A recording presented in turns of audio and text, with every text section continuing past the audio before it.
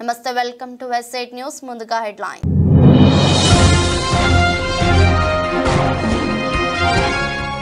కమలా Harris కు మద్దతుగా Trump విరాళం సెటైర్లు వేస్తున్న నెటిజన్లు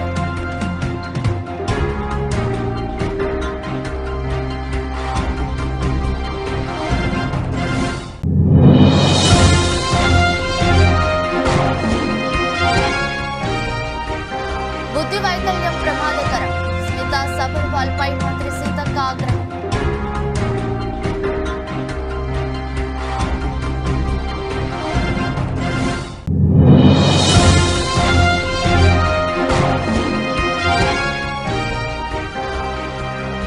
లోక్సభలో బడ్జెట్ ప్రవేశపెట్టిన నిర్మలమ్మ బడ్జెట్ కు ఆమోదం తెలిపిన కేంద్ర కేబినెట్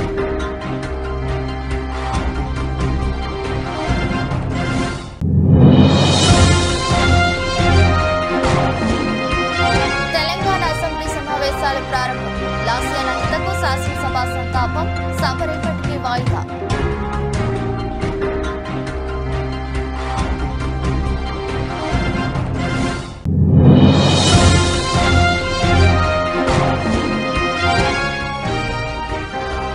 గోదావరి నమో ప్రభుత్వం భద్రాచలం నుంచి నిలిచిన రాకపోకలు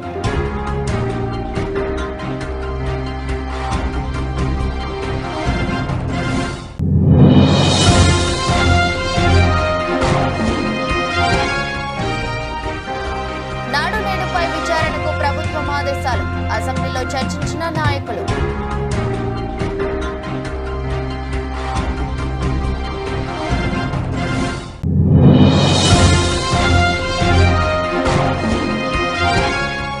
ఐపీఎల్ కు రీ-ఎంట్రీ ఇవ్వనున్న రాహుల్ ద్రావిడ్ మెంటర్ పాత్ర పోషించేందుకు రెడీ అవుతున్న ద్రావిడ్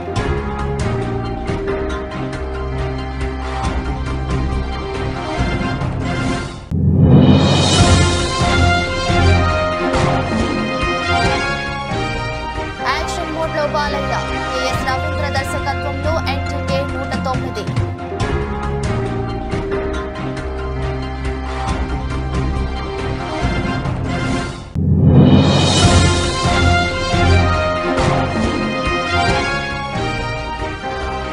ఫోన్ నెంబర్ అవసరం లేకుండా త్వరలో వాట్సాప్ చాటింగ్ టెస్టింగ్ లో ఉన్న న్యూ ఫీచర్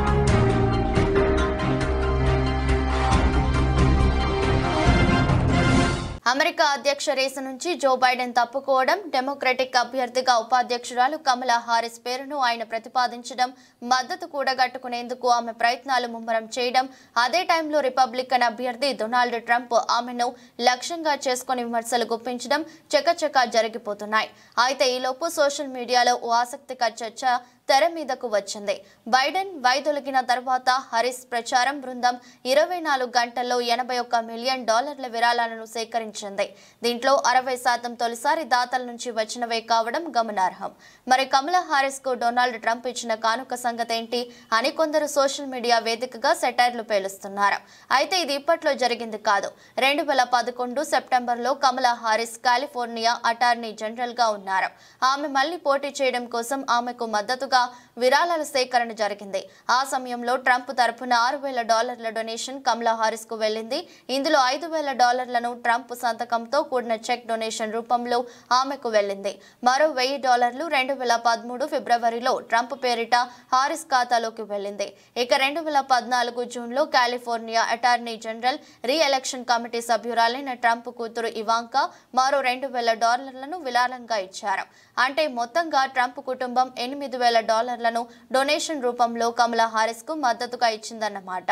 అయితే ఇది ఆ కుటుంబం కావాలని చేసిన పనేం కాదు. అప్పటి న్యూయార్క్ ప్రాసిక్యూటర్ ఎరిక్ స్నిడెర్మాన్ కమలా హారిస్ తరపున ఫండ్ రైజర్ ఉండగా ఆయన విజ్ఞప్తి మేరకు ట్రంప్ కుటుంబం అలా డొనేషన్లు ఇచ్చింది. ఇక ఇప్పుడు ఆ డొనేషన్ ప్రస్తావన తెర మీదకు వచ్చింది. ఫ్లోరిడా డెమోక్రటిక్ సభ్యుడు జెరెడ్ మాస్కోవిట్జ్ ఎక్స్ వేదికగా తెలివైన పెట్టుబడి అని చేసిన ట్వీట్ ఒకటి చర్చనీయాంశమైంది. ఆమె ఇప్పుడు డెమోక్రటిక్ అభ్యర్థి కాబట్టి ఆ డబ్బును ఉపయోగించుకోలేరని మరో నెటిజన్ సెటైర్ వేశారు. ట్రంప్ దీనికి ఏం సమాధానం చెప్తారో అంటూ మరో వ్యక్తి కామెంట్ చేశారు. అంగవైకల్యం కంటే బుద్ధి వైకల్యం చాలా ప్రమాదకరమని అంటున్నారు తెలంగాణ మంత్రి సీతక్క. ఐఏఎస్ అధికారిని స్మిత సబర్వాల్ దివ్యాంగుల కోటా కామెంట్లపై నెలకొన్న వివాదంపై మీడియాతో చిట్చాట్ సందర్భంగా సీతక్క తన అభిప్రాయం వ్యక్తం చేశారు. అంగవైకల్యం కంటే బుద్ధి వైకల్యం ప్రమాదకరం, అంత అవగాహన ఉందని మాట్లాడే వాళ్ళు ఇతరుల అభిప్రాయాలు గుర్తించకపోవడం కరెక్ట్ కాదు. అది వాళ్ళ మానసిక వైకల్యం. ఐపీఎస్ కు ఫిజికల్ ఫిట్నెస్ అవసరం. పోలీసులకు కలెక్టర్లకు తేడా తెలియదా? ఒక అధికారిగా ఉండి ఆమె అలా మాట్లాడటం తప్పు. ఆమె అలా మాట్లాడకుండా ఉండాల్సింది.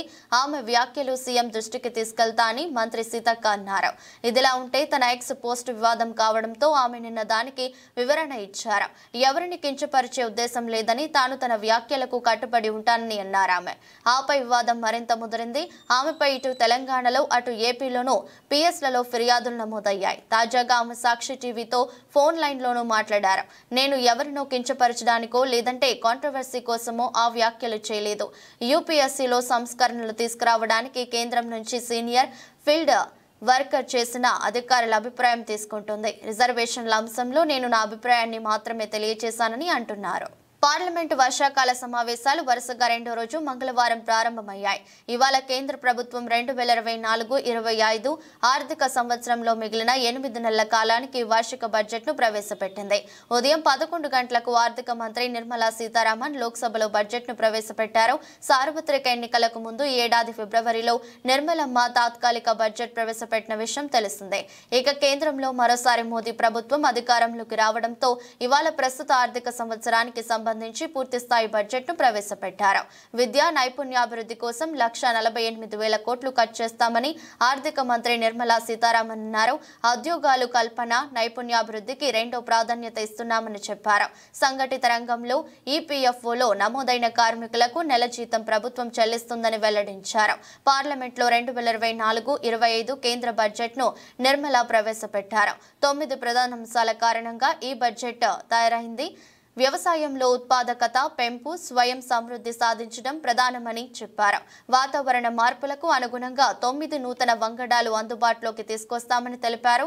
ఏపీ రాజధాని అమరావతి అభివృద్ధికి 1,000 కోట్ల ఆర్థిక సాయం ప్రకటించారు. ఏకంగా 15,000 కోట్లు ఆర్థిక సాయం ఇవ్వనున్నట్లు తన బడ్జెట్ ప్రసంగంలో విత్త మంత్రి వెల్లడించారు. అవసరాన్ని బట్టి భవిష్యత్తులో మరిన్ని అదనపు నిధులు అందజేస్తామని తెలిపారు. అదేవిధంగా ఏపీ ప్రజల కలల ప్రాజెక్ట్ అయిన పోలవరం పూర్తి చేయడానికి కూడా అన్ని విధాల సాయం చేస్తామని ఆర్థిక మంత్రి స్పష్టం చేశారు. హైదరాబాద్ బెంగళూరు పారిశ్రామిక కారిడార్ అభివృద్ధికి ప్రత్యేక నిధులు ఇవ్వనున్నట్లు పేర్కొన్నారు. గృహ నిర్మాణానికి 2.2 లక్షల కోట్లు కేటాయించారు. వచ్చే 5 ఏళ్లలో అర్బన్ హౌసింగ్ కోసం ఈ మొత్తాన్ని ఖర్చు చేస్తామని తెలిపారు. ఇక గ్రామీణ అభివృద్ధికి 2.26 లక్షల కోట్లు కేటాయించారు. ముద్రా రుణాలను 10 లక్షల నుంచి 20 లక్షలకు పెంచారు. మౌలిక సదుపాయాల కల్పనకు బడ్జెట్లో మరోసారి పెద్దపీట వేశారు. ఇన్ఫ్రాస్ట్రక్చర్ కోసం బడ్జెట్లో 11.11 లక్షల కోట్లు కేటాయించారు. ఇది జీడీపీలో 3.4% సమానమని చెప్పారు. అదేవిధంగా చిన్న మధ్య తరహా పరిశ్రమల అభివృద్ధికి తాము ఆర్థిక సాయం చేస్తామని నిర్మలా సీతారామన్ తెలిపారు. ఎంఎస్ఎంఈ క్లస్టర్లు, నూతన సిడ్బీ బ్యాంక్ బ్రాంచీలు ఏర్పాటు చేస్తామని చెప్పారు. ఎగుమతుల సేవల కోసం ప్రత్యేక ప్లాట్ఫామ్ ఏర్పాటు చేయనున్నట్లు వెల్లడించారు. అదేవిధంగా 500 పెద్ద కంపెనీల్లో 1 కోటి మంది యువతకు ఉద్యోగాలను కల్పిస్తామని ప్రకటించారు. తెలంగాణ అసెంబ్లీ బడ్జెట్ సమావేశాలు ప్రారంభమయ్యాయి. కంటోన్మెంట్ బీఆర్ఎస్ ఎమ్మెల్యే లాస్యానందిత మృతి పట్ల శాసనసభ సంతాపం ప్రకటించింది. శాసనసభ ముగిసిన వెంటనే బీఎస్సీ సమావేశం జరగనుంది. ఈ సమావేశంలో అసెంబ్లీ నిర్వహణ తేదీలను ఖరారు చేయనున్నారు. 10 రోజుల పాటు సభను నిర్వహించాలని ప్రభుత్వం సూత్రప్రాయంగా నిర్ణయించినట్లు సమాచారం. సభ ఉదయం 11 గంటలకు ప్రారంభం కాగా లాస్యానందిత మృతి పట్ల సీఎం రేవంత్ రెడ్డి సంతాప తీర్మానం ప్రవేశపెట్టారు. ఈ సందర్భంగా లాస్యానందిత సేవలను, ఆమె తండ్రి సాయన్న సేవలను రేవంత్ రెడ్డి గుర్తు చేసుకున్నారు. అనంతరం శాసనసభ వ్యవహారాల మంత్రి శ్రీధర్ బాబు, రవాణా శాఖ మంత్రి పొన్నం ప్రభాకర్, ఎమ్మెల్యేలు కేటీఆర్, తలసాని శ్రీనివాస్ యాదవ్, సునీత లక్ష్మారెడ్డి, ముఠా గోపాల్, రాజశేఖర్ రెడ్డి, కేపీ వివేకానంద్ గౌడ్, కూనంనేని సాంబశివరావు, ఏలేటి మహేశ్వర్ రెడ్డి, పాయల్ శంకర్, మక్కాన్ సింగ్, రాజ్ ఠాకూర్, శ్రీ గణేష్ లాస్యానందిత మృతి పట్ల సంతాపం ప్రకటిస్తూ సీఎం రేవంత్ రెడ్డి తీర్మానాన్ని బలపరిచారు. అధ్యక్ష, తమరి అనుమతితో ఈ సంతాప తీర్మానాన్ని ప్రవేశపెడుతున్నాను. తెలంగాణ శాసనసభ సభ్యురాలు కుమారి లాస్యానందిత సాయన్న గారి మృతి పట్ల ఈ సభ తన తీవ్ర సంతాపాన్ని వ్యక్తం చేస్తూ శోకార్తులైన వారి కుటుంబ సభ్యులకు ప్రగాఢ సానుభూతిని తెలియజేస్తున్నాను. అధ్యక్ష, 23/2/2024 నాడు సికింద్రాబాద్ కంటోన్మెంట్ శాసనసభ్యురాలు కుమారి లాస్యనందిత సాయన్న గారి ఆకస్మిక మరణం పట్ల ఈ సభ తీవ్ర సంతాపాన్ని వ్యక్తం చేసింది. ఇలాంటి బాధాకరమైన తీర్మానం నేను ప్రవేశపెట్టాల్సి వచ్చినందుకు నేను చింతిస్తున్నాను. కుమారి లాస్యనందిత సాయన్న గారి నాన్నగారైన కీర్తిశేషులు సాయన్న గారు నాకు అత్యంత సన్నిహితులు, ఆప్తులు. చాలా సంవత్సరాలు మేము కలిసి ప్రజాప్రతినిధులుగా ప్రజాక్షేత్రంలో పనిచేయడం జరిగింది. సాయన్న గారు అత్యంత సామాన్యమైన కుటుంబంలో 1951 వల్లభానగర్ నిజామాబాద్ జిల్లాలో జన్మించి కష్టపడి వారు 5 సార్లు శాసనసభ్యుడిగా, ప్రజా జీవితంలో కంటోన్మెంట్ బోర్డు మెంబర్గా, కంటోన్మెంట్ ప్రాంత ప్రజా సమస్యల పరిష్కారంలో వారు ఎనలేని కృషి చేసినారు. వారు సిట్టింగ్ శాసనసభ్యుడిగా ఉన్నప్పుడే ప్రజా జీవితంలోనే వారు మరణించడం జరిగింది. ఆ తర్వాత వారిచ్చిన వారసత్వాన్ని, వారు నెరవేర్చాల్సిన బాధ్యతలను, వారిని అభిమానించిన ప్రజల కోసం కుమారి లాస్యనందిత కూడా భద్రాచలం వద్ద గోదావరి నది మహా ఉగ్రరూపం దాల్చింది. ఎగువ ప్రాంతాల నుంచి భారీగా వరద వస్తుండటంతో నదీ ప్రవాహం కామ్రేపి పెరుగుతున్నది. మంగళవారం ఉదయం 8 గంటలకు నదీ ప్రవాహం 51.60 అడుగుల స్థాయికి చేరుకుంది. దీంతో అధికారులు రెండో ప్రమాద హెచ్చరికను కొనసాగిస్తున్నారు. 53 అడుగులకు చేరితే మూడో ప్రమాద హెచ్చరిక జారీ చేయనున్నారు. రామయ్య పాదల చెంత నది ఉధృతంగా ప్రవహిస్తుండటంతో వరద నీరు కరకట్ట పనుల వద్దకు చేరింది. భద్రాచలం పట్టణంలోని కొత్త కాలనీలోకి క్రమంగా వరద నీరు చేరుతుంది. భద్రాచలం కూనవరం రోడ్డుపైకి వరద నీరు చేరింది. దీంతో భద్రాచలం నుంచి విలీన మండలాలకు వాహనాల రాకపోకలు నిలిచిపోయాయి. భద్రాచలం శివారులు ఛత్తీస్గఢ్, ఒడిశా, ఆంధ్రప్రదేశ్ వెళ్లే వాహనాలు వందల సంఖ్యలో ఆగిపోయాయి.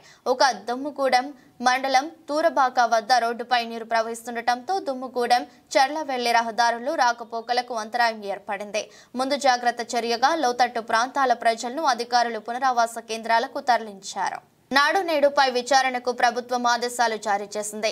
ఎక్కడ ఏం జరిగిందో తెలుసుకోవాలంటే విచారణ అవసరం అంటుంది విద్యాశాఖ మంత్రి నారా లోకేష్ అన్నారు. వచ్చే విద్యా సంవత్సరం నాటికి స్కూల్స్ అన్నిటిలో ఉపాధ్యాయులు ఉంటారన్నారు.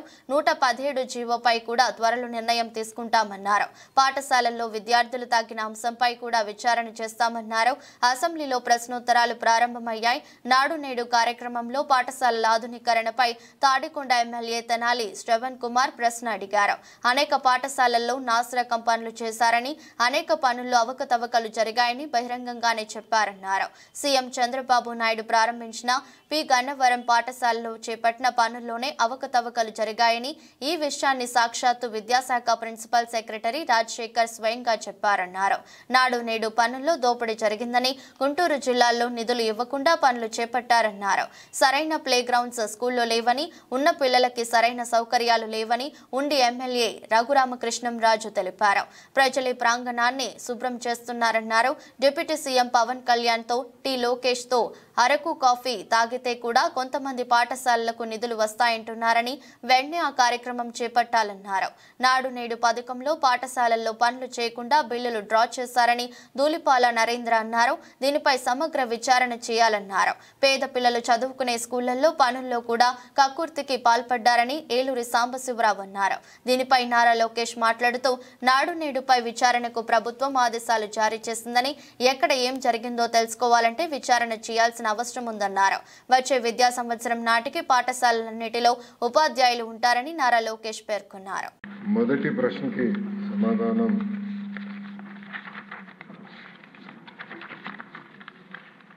మొదటి విడత కింద 15,713 పాఠశాలల్లో ఈ కార్యక్రమం చేపట్టడం జరిగింది.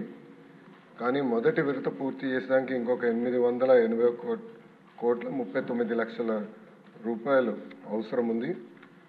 రెండో విడత కింద 22,311 పాఠశాలలో పనులు చేపట్టడం జరిగింది. కానీ ఇది కూడా పూర్తి చేసేదానికి 3,907.75 కోట్ల రూపాయలు అవసరం ఉంది. మూడో విడత కింద 14,845 పాఠశాలల్లో ఎలాంటి పనులు ప్రారంభించలేదు. ఆ పాఠశాలలో ఈ కార్యక్రమం పూర్తి చేసేదానికి 3,088 కోట్ల రూపాయలు అవసరం ఉంది. రెండో ప్రశ్న వివరాలు. నిధులు కేటాయింపులు ఖర్చులు ఎనెక్షర్ 1లో. అధ్యక్ష, ఓవరాల్ రాష్ట్రంలో 88 ప్రభుత్వ పాలిటెక్నిక్లు ఉన్నాయి, 174 ప్రైవేట్ పాలిటెక్నిక్లు ఉన్నాయి. అధ్యక్ష, అడ్మిషన్స్ కానీ ఒక్కసారి చూస్తే ప్రభుత్వ పాలిటెక్నిక్లో 61%, అధ్యక్ష, ప్రైవేట్లో 40%, అధ్యక్ష.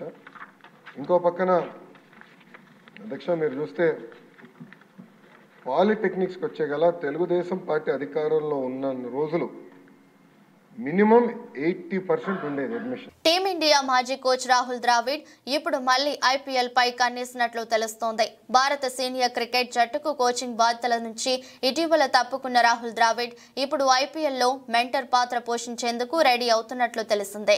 కోల్కతా నైట్ రైడర్స్ ఫ్రాంచైజీతో జత కలిసేందుకు ద్రావిడ్ ఆసక్తిగా ఉన్నట్లు తొలుత వార్తలు వ్యాపించాయి.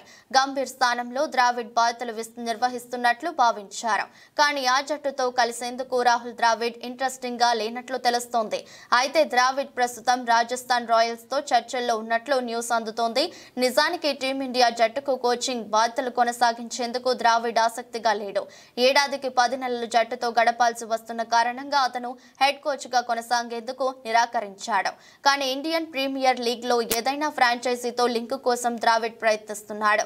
ఐపీఎల్ అయితే కేవలం 2 లేదా 3 నెలలు సరిపోతుందని ద్రావిడ్ అంచనా వేస్తున్నట్లు తెలుస్తోంది.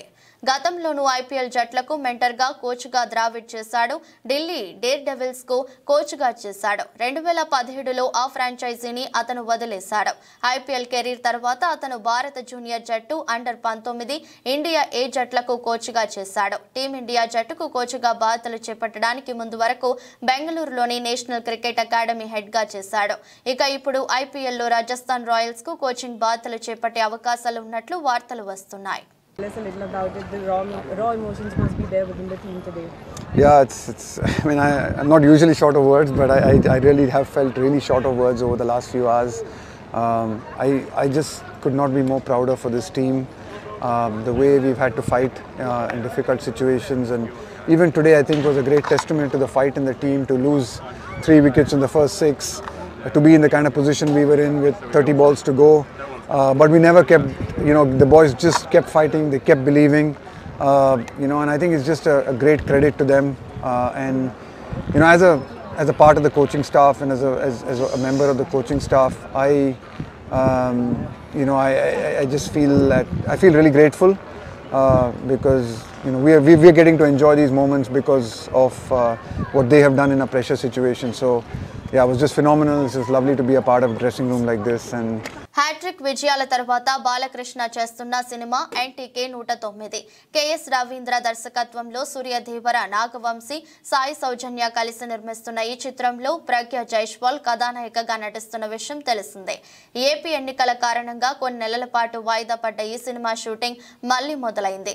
శరవేగంతో ఈ సినిమాను చిత్రీకరిస్తున్నారు దర్శకుడు బాబీ. ప్రస్తుతం ఈ సినిమా షూటింగ్ రాజస్థాన్ లో జరుగుతుంది. ఇక్కడ బాలయ్యపై భారీ యాక్షన్ ఎపిసోడ్స్ ని చిత్రీకరిస్తున్నట్టు తెలుస్తుంది. బాలయ్య, బాబీ డియోల్ గ్యాంగ్ నడుమ సాగే ఈ యాక్షన్ ఎపిసోడ్ సినిమాకే హైలైట్ గా నిలుస్తాయని ఫిల్మ్ వర్గాల సమాచారం. ఇప్పటికే విడుదలైన ప్రచార చిత్రాలు అభిమానుల్ని బాగా కట్టుకున్నాయి. ఈ సినిమాకు వీర మాస్ అనే టైటిల్ మొదట్లో అనుకున్నారు. కానీ అభిమానుల భిన్న అభిప్రాయాలు రావడంతో ఆ టైటిల్ ని మార్చే యోచనలో చిత్ర బృందం ఉన్నట్టు తెలుస్తోంది. దమన్ స్వరాలు అందిస్తున్న ఈ చిత్రం విడుదల తేదీపై క్లారిటీ రావాల్సి ఉంది. ఇన్స్టెంట్ మెసేజింగ్ యాప్ వాట్సాప్ యూజర్లు సౌకర్యార్థం రోజుకు ఫీచర్ తీసుకొస్తుంది. తాజాగా యాప్ కోర్ ఫీచర్ లో కీలక మార్పు తీసుకురాబోతుంది.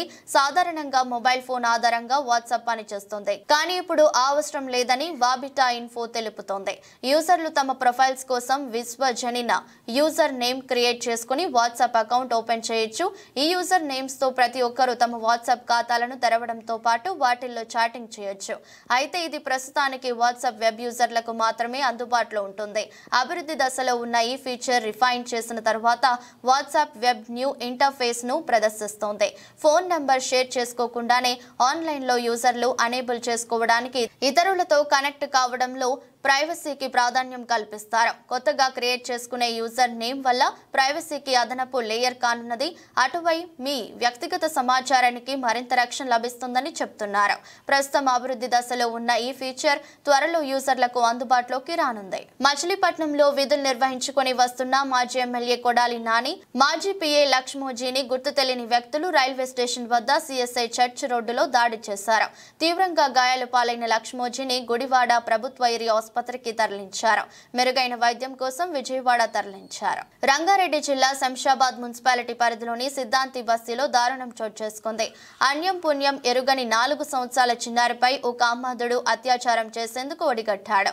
సభ్య సమాజం సిగ్గుపడేలాంటి ఈ దారుణమైన ఘటనకు సంబంధించిన స్థానికులు తెలిపిన వివరాల ప్రకారం మహబూబ్ నగర్ ప్రాంతానికి చెందిన ఆంజనేయులు అనే యువకుడు కొంతకాలం క్రితం బ్రతుకు తెరువు కోసం శంషాబాద్ వచ్చాడు. సిద్ధాంతి బస్తీలోని ఓ ఇంట్లో అద్దెకు ఉంటూ సెక్యూరిటీ గార్డుగా ఉద్యోగం చేస్తున్నాడు. అయితే ఇతడు ఉంటున్న భవనంలోనే చిన్నారి తల్లిదండ్రులు అద్దెకు ఉంటున్నారు. చిన్నారి తల్లిదండ్రులు లేని సమయం చూసిన కామాంధుడు చిన్నారికి మాయమాటలు చెప్పి తాను ఉంటున్న గదిలోకి తీసుకెళ్లాడు. అన్యం పుణ్యం ఎరుగని చిన్నారిపై అత్యాచారం చేసేందుకు ప్రయత్నించాడు. దీంతో చిన్నారి అరుపులు కేకలు వేయడంతో భయపడి బయటకు పరుగులు తీశాడు నిందితుడు. చుట్టుపక్కల వాళ్ళు వచ్చి చూసేసరికి చిన్నారి ఎక్కి ఎక్కి ఏడుస్తూ ఏం జరిగిందో చెప్పడం కూడా రాక దిక్కులు చూస్తూ ఉండిపోయింది. గమనించిన స్థానికులు నిందితుడు ఆంజనేయులకు దేహశుద్ధి చేసి పోలీసులకు అప్పగించారు.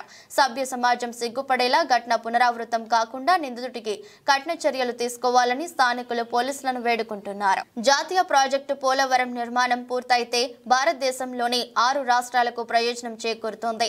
గత ప్రభుత్వ హయాంలో పోలవరం నిర్మాణ పనుల్లో తీవ్ర జాప్యం జరిగింది. ఆంధ్రప్రదేశ్ రాష్ట్ర ముఖ్యమంత్రి నారా చంద్రబాబు నాయుడు మిషన్ మోడ్ కింద పోలవరం ప్రాజెక్టును తిరిగి ట్రాక్ లో తీసుకురావడానికి నిర్ణయాత్మకమైన చర్యలు తీసుకుంటున్నారు. పోలవరం ప్రాజెక్టు నిర్మాణం త్వరగా పూర్తయ్యేందుకు కేంద్రం భారీగా నిధులు విడుదల చేయాలని విజయవాడ ఎంపీ కేశినేని శివనాథ్ సోమవారం లోక్సభలో రూల్ 377 కింద పోలవరం ప్రాజెక్టు అంశంపై మాట్లాడారు. అలాగే గత ప్రభుత్వం పోలవరం ప్రాజెక్టు నిర్మాణ పనుల విషయం ఎంత జాప్యం చేసిందో వివరించారు. జగన్ ప్రభుత్వం గత 5 ఏళ్లలో పోలవరం ప్రాజెక్టుకి సంబంధించి సివిల్ పనులు 3.84%, భూసేకరణ పనులు 3.89% జరిగినట్లు తెలిపారు. 2014-19 మధ్య టీడీపీ ప్రభుత్వ హయాంలో పోలవరం ప్రాజెక్టు నిర్మాణానికి సంబంధించి సివిల్ పనులు 71.93%, భూసేకరణ పునరావాసం 18.66% పూర్తి చేసినట్లు తెలియజేశారు. రాష్ట్ర ముఖ్యమంత్రి నారా చంద్రబాబు నాయుడు గాడి తప్పిన పోలవరం నిర్మాణ పనులు గాడిలో పెట్టేందుకు ప్రతి సోమవారాన్ని పోలవరం డేగా ప్రకటించినట్లు చెప్పారు.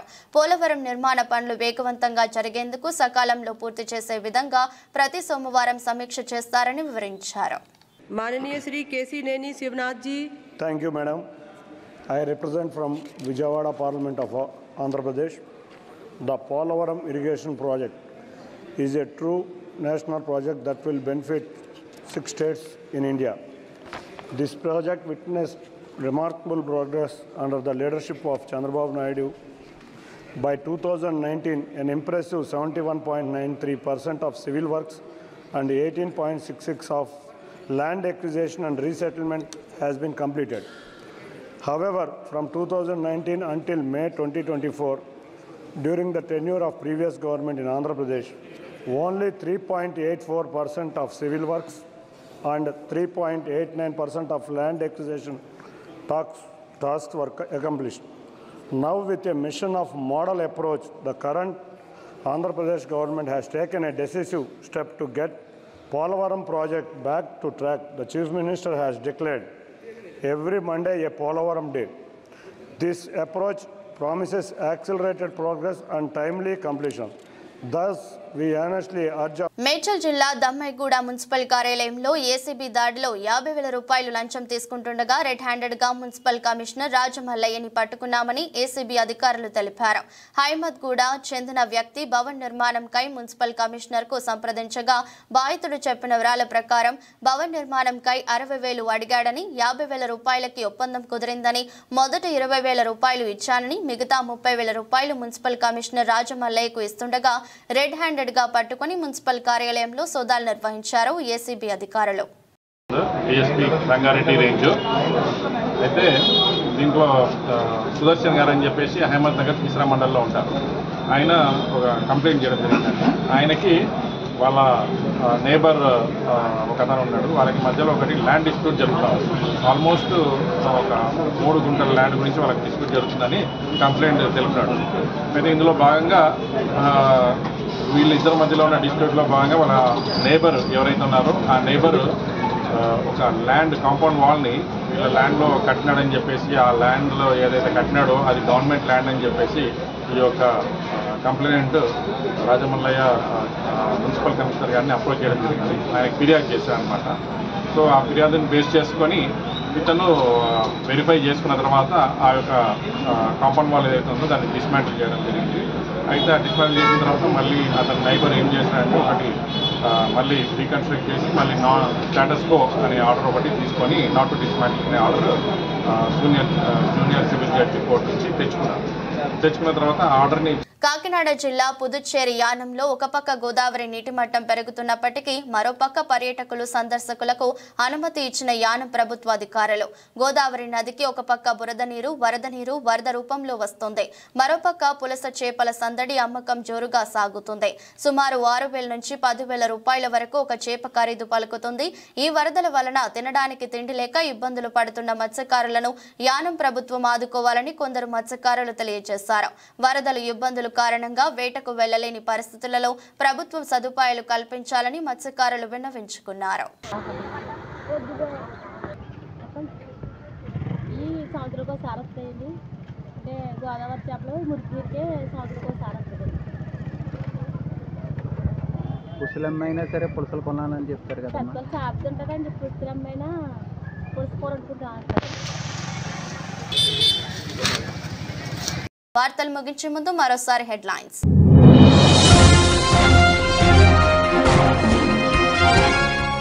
కమలా హారిస్ కు మద్దతుగా ట్రంప్ వివరాలు సెటైర్లు వేస్తున్న నెటిజన్లు.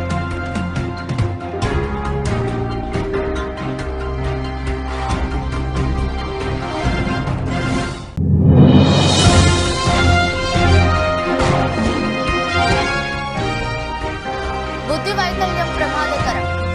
సబర్వాల్పై మంత్రి సీతక్క ఆగ్రహం.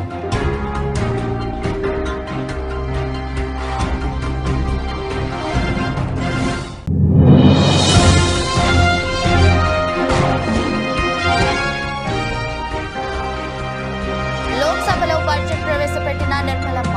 బడ్జెట్ కు ఆమోదం తెలిపిన కేంద్ర కేబినెట్.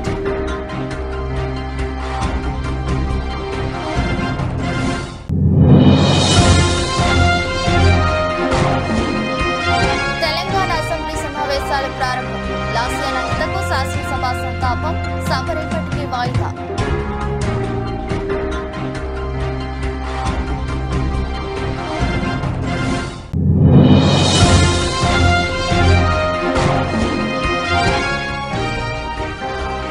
గోదావరి నమ్ము ప్రభుత్వం.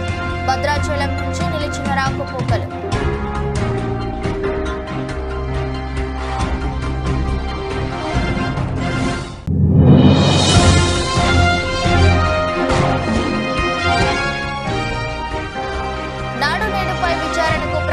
ఆదేశాలు. అసెంబ్లీలో చర్చించిన నాయకులు.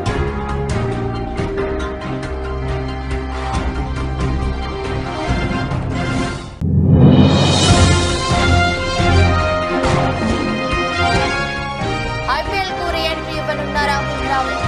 మెంటర్ పాత్ర పోషించేందుకు రెడీ అవుతున్న ద్రావిడ్.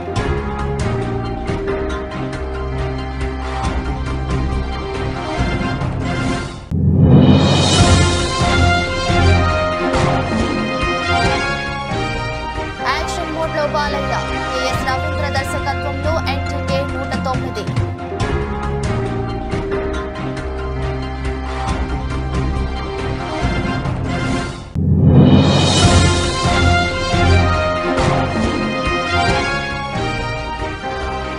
ఫోన్ నెంబర్ అవసరం లేకుండా త్వరలో వాట్సాప్ చాటింగ్. టెస్టింగ్ లో ఉన్న న్యూ ఫీచర్.